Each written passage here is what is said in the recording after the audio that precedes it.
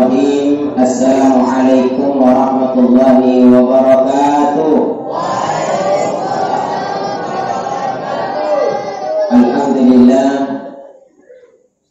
Alhamdulillahilladzi anzala as-sakinata fi qulubil mu'minin liyazdadu imanan ma'a imanihim. Asyhadu an la ilaha illallah wa asyhadu anna Muhammadar Rasulullah. Allahumma salli ala sayyidina Muhammadin wa ala alihi wa ashabihi ajma'in, amma ba'du. Ramadan itu cuma datang satu kali dalam satu tahun. Bulan Ramadan adalah bulan yang berbeda dengan bulan-bulan yang lainnya. Bulan Ramadan adalah bulan di mana Allah pilih bulan itu untuk diturunkan semua kitab. Baik kitab Injil, Taurat, Zabur, Al-Quran, semuanya turun di dalam bulan suci Ramadan. Bulan Ramadan kita sudah bahas juga pada pertemuan yang lalu adalah bulan yang penuh dengan berkah. Kita sudah jelaskan panjang lebar tentang berkah ini, namun sampai kita sekarang pada pembahasan yang mana sebenarnya apa ciri-ciri sesuatu itu kemudian berkah. Apa ciri-ciri harta itu berkah? Jadi jemaah sekalian, kata ulama ciri-ciri harta itu berkah, di mana harta itu kalau kita miliki membuat kita dekat dengan Allah. Itu berarti bahwa harta itu berkah. Kalau ada harta yang kita miliki itu membuat kita jauh dari Allah, berarti harta itu tidak berkah. Jadi halal belum tentu berkah. Memanglah harta kita yang kita kumpulkan itu halal, tetapi tidak semua yang halal kata ulama itu berkah. Berkah itu adalah yang kita peroleh dengan cara yang halal, kemudian harta itu kemudian kita sadar untuk mengeluarkan zakatnya. Harta itu kemudian mendekatkan diri kepada Allah, mendekatkan kita kepada Allah, maka barulah saat itu harta itu kemudian berkah. Kita punya anak-anak yang anak-anak kita membuat kita dekat dengan Allah, itu berarti anak kita adalah anak yang berkah. Kita punya jabatan itu membuat kita jauh dari Allah, itu berarti jabatan itu tidak berkah.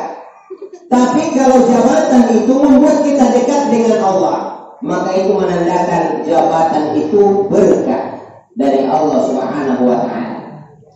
Kalau kita punya pasangan hidup suami istri, ternyata pasangan hidup kita membuat kita jauh dari Allah, itu berarti pasangan hidup kita itu tidak berkah. Kenapa bisa? Memanglah saya sering kali sampaikan ini di nasihat-nasihat pernikahan. Memanglah para orang tua itu banyak yang tidak menginginkan keberkahan dalam pernikahan anaknya. Buktinya apa? Rasulullah sudah menyampaikan, di manakah wanita-wanita berkah itu? Wanita berkah kata Rasul adalah yang sedikit maharnya kemudian mudah menikahinya. Beda dengan kita. Kita lebih memilih tawar menawar. Kita berbangga-bangga. Kita lupa bahwa keberkahan kata Nabi, keberkahan sebuah rumah tangga adalah yang sedikit maharnya kemudian mudah menikahinya. Ini kalaulah ini yang berlaku, maka insya Allah rumah tangga semua akan berkah. Dan anak-anak semuanya tidak pusing begitu mau menikah. Gambar kamu datang bawa uang berapa? Bawa uang 10 juta. Oh berarti kamu cukup biaya pernikahan 5 juta saja. 5 jutanya yang kamu pakai setelah pernikahan, itu yang akan mendatangkan keberkahan. Jangan ditanya berapa uang yang kamu miliki, 20 juta. Kalau begitu kamu siapkan mahar 50 juta. Baiklah kalau begitu saya ke bank dulu pinjam uang. Nanti anakmu yang setengah mati bayar cicilannya setiap bulan. Maka wanita berkah kata Nabi adalah yang sedikit maharnya kemudian mudah menikahinya. Maka banyak rumah-rumah tangga itu yang tidak berkah. Suaminya mau memasukkan uang, menyumbang uang di masjid, di jalan Allah. Istri protes, sadar-sadar kamu kalau menyumbang. Ya seperti bapak-bapak. Ini untuk tabungan anak-anak kita. Itu berarti istri itu menghalangi suaminya untuk dekat dengan Allah. Itu adalah tanda bahwa pasanganmu itu tidak berkah. Begitu juga ibu-ibu. Kalau ada bapak-bapaknya yang melarang pergi ke majelis taklim, melarang untuk mendirikan sholat tarawih, enggak usah kamu pergi sholat tarawih, kamu di rumah saja, jaga anakmu, urus.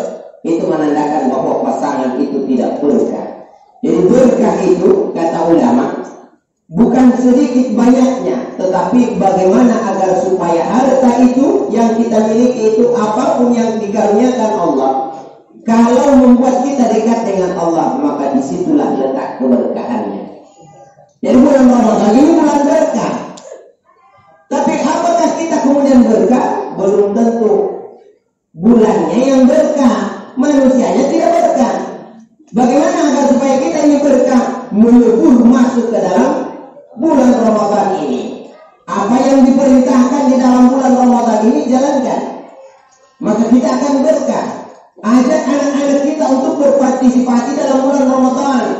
Tanya panitia masjid, adakah tugas Bilal? Ini santri disuruh tugas Bilal, waktu tunjuk-tunjuk. Terlibat dalam bulan Ramadan ini, maka hidupmu akan berkah. Kalau hidup berkah, kamu akan rasakan perubahan yang positif dalam hidupmu. Jangan sombong. Ini syiar Islam ini. Maka saya itu jengkel kalau ada santri saya tugaskan tidak mau bertugas. Bisa saya diganti Ustaz, padahal sudah mepet. Siapa yang mau ganti kalau mepet? Maka libatkan, raih keberkahan sebanyak-banyaknya di dalam bulan suci Ramadan ini. Allah turunkan keberkahan di luar bulan Ramadan, tetapi lebih besar porsinya di dalam bulan suci Ramadan.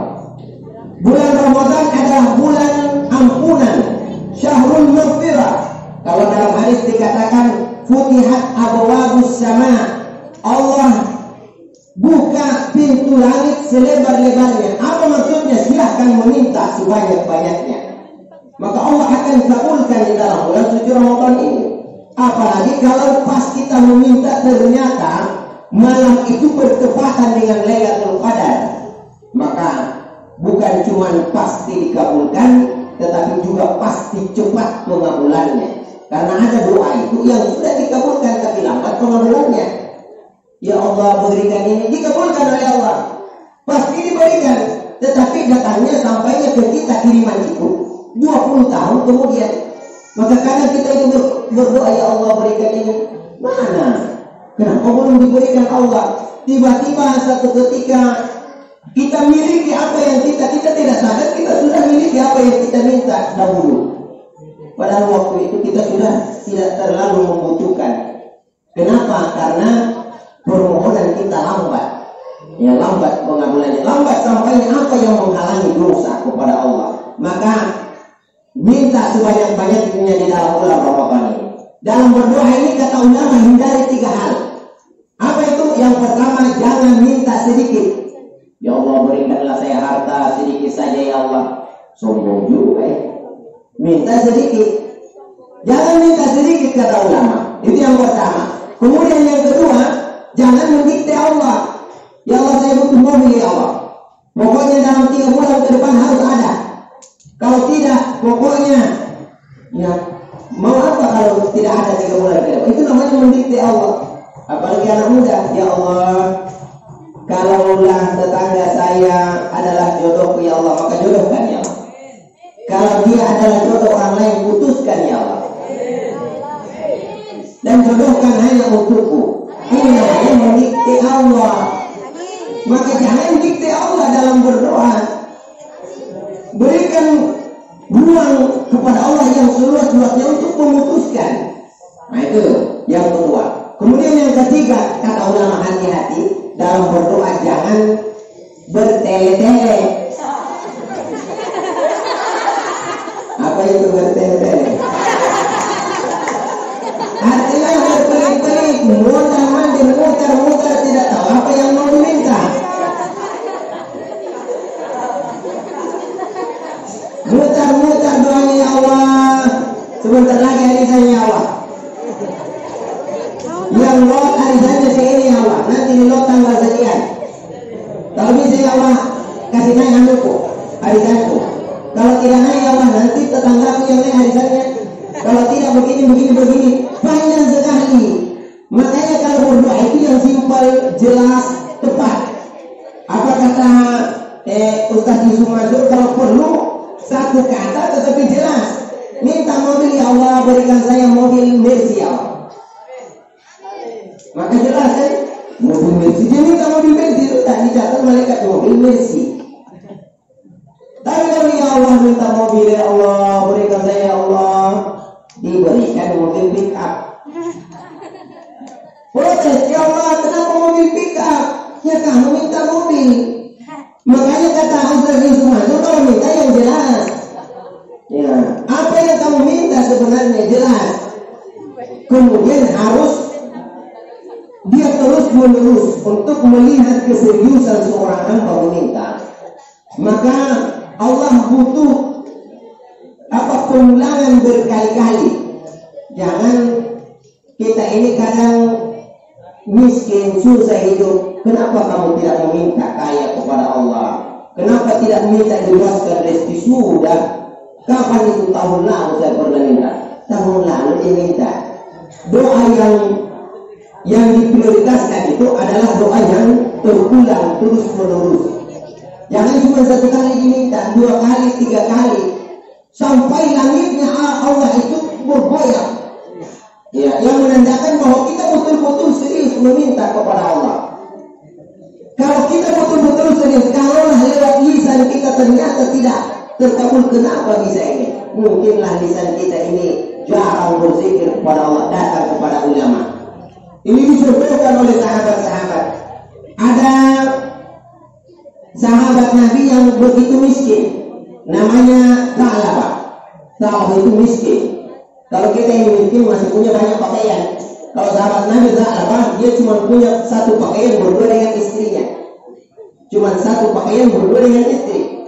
Kita ini miskin tetapi stok pakaian satu lemari. Sahabat Nabi miskin, betul-betul miskin.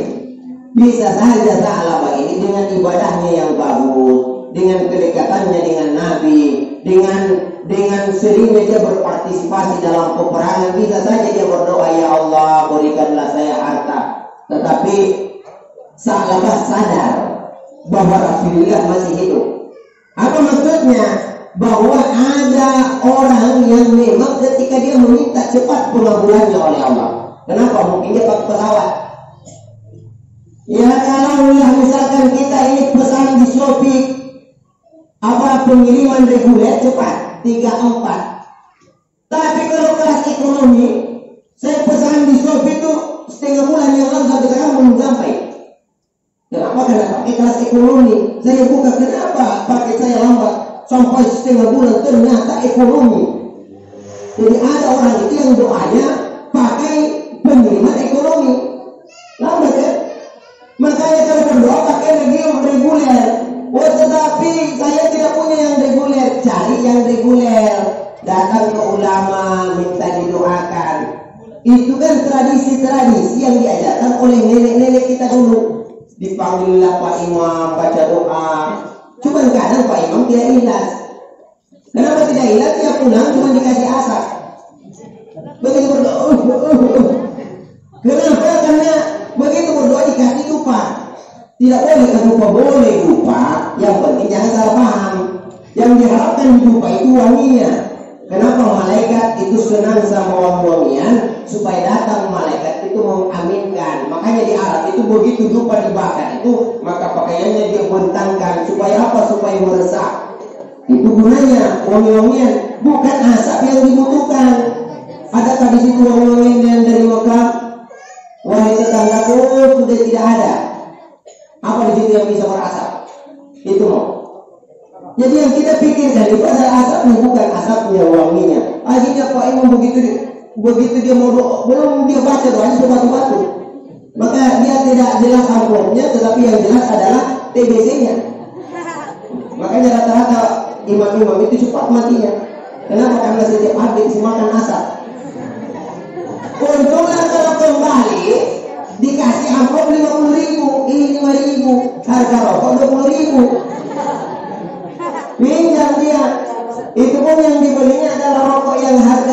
7 ribuan, 10 ribuan. Akhirnya apa? Akhirnya ya batu-batu.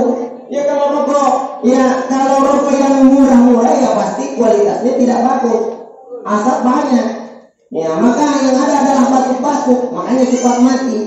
Coba misalkan dikasih uang merah, ya 200.000 pulang beli Marlboro. Kalau pulang beli Marlboro kan masih ada kan? Kalau 100.000 Marlboro berapa harganya? Ya. Berarti masih ada sisanya, masih ada pembeli ikan untuk istrinya. Tapi kalau cuma dikasih 10.000, harga rokok 15.000, hutang 5.000. Sampai di rumah istrinya mana? Kita mau beli ikan. Ini repot. Makanya stres imamnya, naik tekanan darahnya, daging kambing pula yang disalak kami karena bukan karena istrinya minta, so tidak ada stok di kantong. Maka jamaah yang dimuliakan Allah Subhanahu wa taala, dalam berdoa itu harus membutuhkan keseriusan. Kalau doa kita, kenapa doa kita ini belum terijabah sampai sekarang? Periksa. Is something wrong.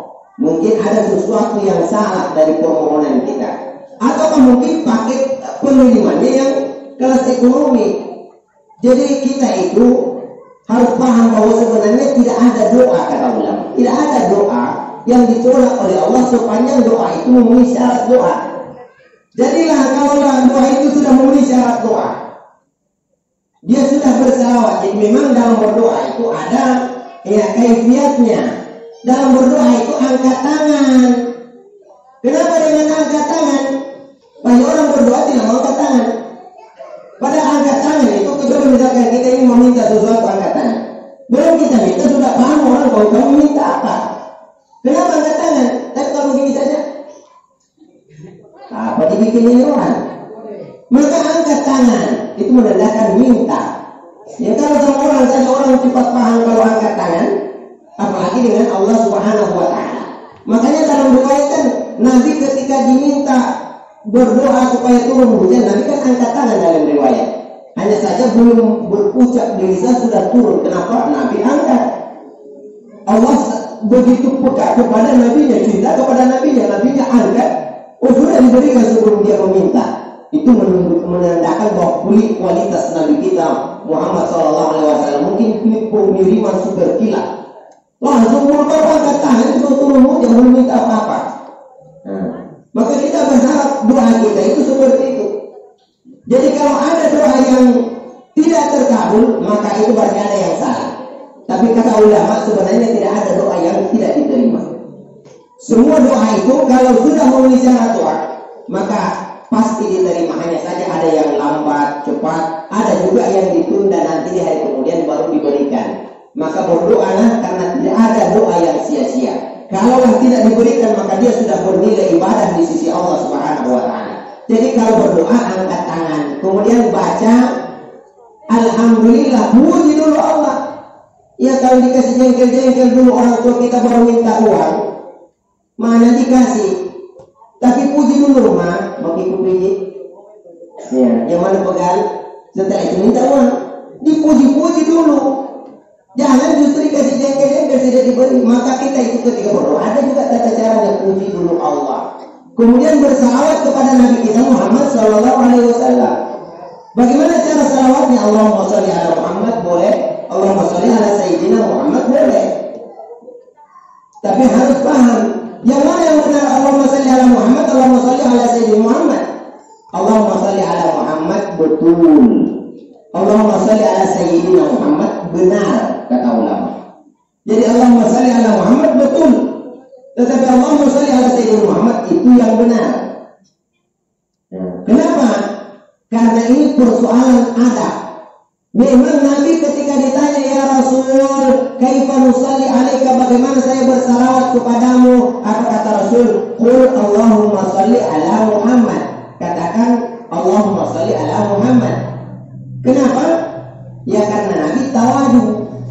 Sama halnya saya ditanya, Ustaz siapa nama Anda? Saya tulislah di situ Irsan. Ya maka dipanggillah saya kepada Ustaz Irsan. Padahal saya tidak tulis di situ Ustaz. Kenapa disebut Ustaz? Karena itu adalah gelar. itu penghormatan. Nabi kita itu dapat gelar dari Allah namanya Sayyidul Bashar. Dia adalah penghulu, Sayyid. Dia adalah pemimpin para nabi. Dia adalah Sayyidul Anbiya. Itu gelar dari Allah. Memang Nabi mengatakan Allahumma shalli ala Muhammad. Tapi kita ini kalau berselawat Allahumma shalli ala Sayyidina Muhammad. Masa kita ini panggil seseorang dengan namanya saja, tidak dengan gelarnya? Allah saja cari ayat Al-Quran yang Allah panggil Nabi kita dengan nama Muhammad. Tidak ada kecuali diikutkan gelar. Jadi Nabi itu dipanggil dengan gelar. Kalaulah diikutkan nama Muhammad maka pasti ada gelar yang menyertai nama itu. Kenapa? Allah saja memanggil nabinya dengan gelar penghormatan. Kenapa? Kita ini memanggil Nabi dengan kata Muhammad. Ya, maka kita ini bukan tidak bisa mengucapkan Allahumma shalli ala Muhammad, tetapi kita ini lain-lain. Mana penghormatan kita kepada Nabi kita? Maka Allahumma shalli ala Sayyidina Muhammad. Maka kata ulama yang mengucapkan Allahumma shalli ala Muhammad betul sudah mengamalkan hadis Nabi itu. Tapi Allahumma shalli ala Sayyidina Muhammad benar. Kenapa? Di dalamnya ada akhlak kepada Nabi kita Muhammad sallallahu alaihi wasallam. Kata Allah, la tad'u nabiyakum, kata Al-Qur'an. La tad'u nabiyakum ka du'ai ba'dukum ba'da. Jangan kalian sebut nama nabimu seperti kalian menyebut nama satu sama lain. Apa maksudnya itu? Bahwa kita ini ketika menyebut berselawat kepada Nabi, jangan kaulah nama Nabi kita mau sebut maka diikutkan gelar Nabi kita Muhammad sallallahu alaihi wasallam. Ya. Hadirin yang dimuliakan Allah, jadi bulan Ramadan ini adalah bulan yang syahrul maghfirah, bulan yang penuh dengan ampunan Allah Subhanahu wa taala. Ya, syahrul mujibu fihi doa, bulan di mana doa manusia diijabah, dikabulkan oleh Allah. Maka mari kita meminta sebanyak-banyaknya di dalam bulan suci Ramadan ini. Mudah-mudahan dengan bulan Ramadan ini, makanya saya itu selalu ajak jamaah berdoa. Di bulan Ramadan ini saja saya selalu ajak. Kenapa kalau ada jamaah lupa berdoa? Ya, ceramah buka puasa saya juga ajak. Supaya apa? Supaya banyak doa yang kita lakukan di dalam bulan Ramadan ini. Kita tidak tahu dari jamaah mana yang lisannya ketika mengaminkan justru itu yang menyebabkan doa kita dikabulkan oleh Allah Subhanahu wa taala. Makanya doa yang berjamaah itu tidak ditolak oleh Allah Subhanahu wa taala. Kenapa? Karena banyak orang yang mengaminkan. Mungkin saya pakai pengiriman kelas ekonomi, tetapi ternyata ada di ujung sana yang mungkin dia itu orang yang biasa-biasa saja, tetapi ternyata dia adalah orang yang selalu berhusnuzan kepada orang lain. Tidak pernah dia berburuk sangka kepada orang lain. Dia punya hati yang bersih. Dia tidak tidur kecuali dimaafkan semua kesalahan orang. Okelah kalian jahat kepada saya, tetapi saya maafkan kalian semua. Orang seperti ini akan memiliki hati yang bening. Dia akan punya signal yang tajam kepada Allah Subhanahu wa taala. Mungkin saat ini kita berdoa, dia juga mengangkat tangan, amin. Ya, amin. Maka doa kita itu akan cepat dikabulkan oleh Allah, sebagaimana Nabi Musa alaihissalam ketika dia berdoa ternyata dikabulkan oleh Allah Subhanahu wa taala. Dia berdoa di hadapan kaumnya. Nabi Musa sudah merasa kalau ini karena saya yang berdoa, ditegur oleh Allah, bukan karena kamu, tetapi di ujung sana, di pojok sana ada yang mengaminkan, yang karena dia mengaminkan doamu dikabulkan oleh Allah Subhanahu wa taala. Jadi kita ini berusaha di bulan Ramadan ini juga berbagi, kemudian jangan lupa minta didoakan. Ya, supaya apa? Supaya banyak orang yang mendoakan kita baik. Kalaulah banyak orang yang mendoakan kita baik, maka kita berharap dari semua lisan itu adalah yang dikabulkan oleh Allah Subhanahu wa taala. Mari kita berdoa kepada Allah Subhanahu wa taala. Semoga bulan Ramadan ini menjadi penghibur dosa-dosa kita. Semoga hajat-hajat kita yang ada di dalam hati yang baik-baik dikabulkan oleh Allah Subhanahu wa taala. Yang belum ketemu jodohnya diketemukan jodohnya. Yang sudah dapat jodohnya tetapi tidak dapat uang paniknya, supaya Allah gerakkan hati mertuanya supaya diturunkan uang paniknya. Yang bodoh dicerdaskan oleh Allah, yang lemah oleh Allah Subhanahu wa Ta'ala. Yang punya keturunan diberikan keturunan oleh Allah. Yang sakit di antara kita diangkat penyakitnya oleh Allah Subhanahu wa Ta'ala. Diberkatil Fatihah. A'udzubillahi minasyaitonir rajim. Bismillahirrahmanirrahim. Alhamdulillahirabbil alamin arrahmanir rahim maliki yaumiddin. Iyyaka na'budu wa iyyaka nasta'in ihdinas siratal mustaqim siratal ladzina an'amta 'alaihim ghairil maghdubi 'alaihim waladdallin. Amin amin ya rabbal alamin. Wabillahi taufiq wassalaam. Wallahu muwaffiq ila aqwamit thoriq. Wassalamu alaikum warahmatullahi wabarakatuh.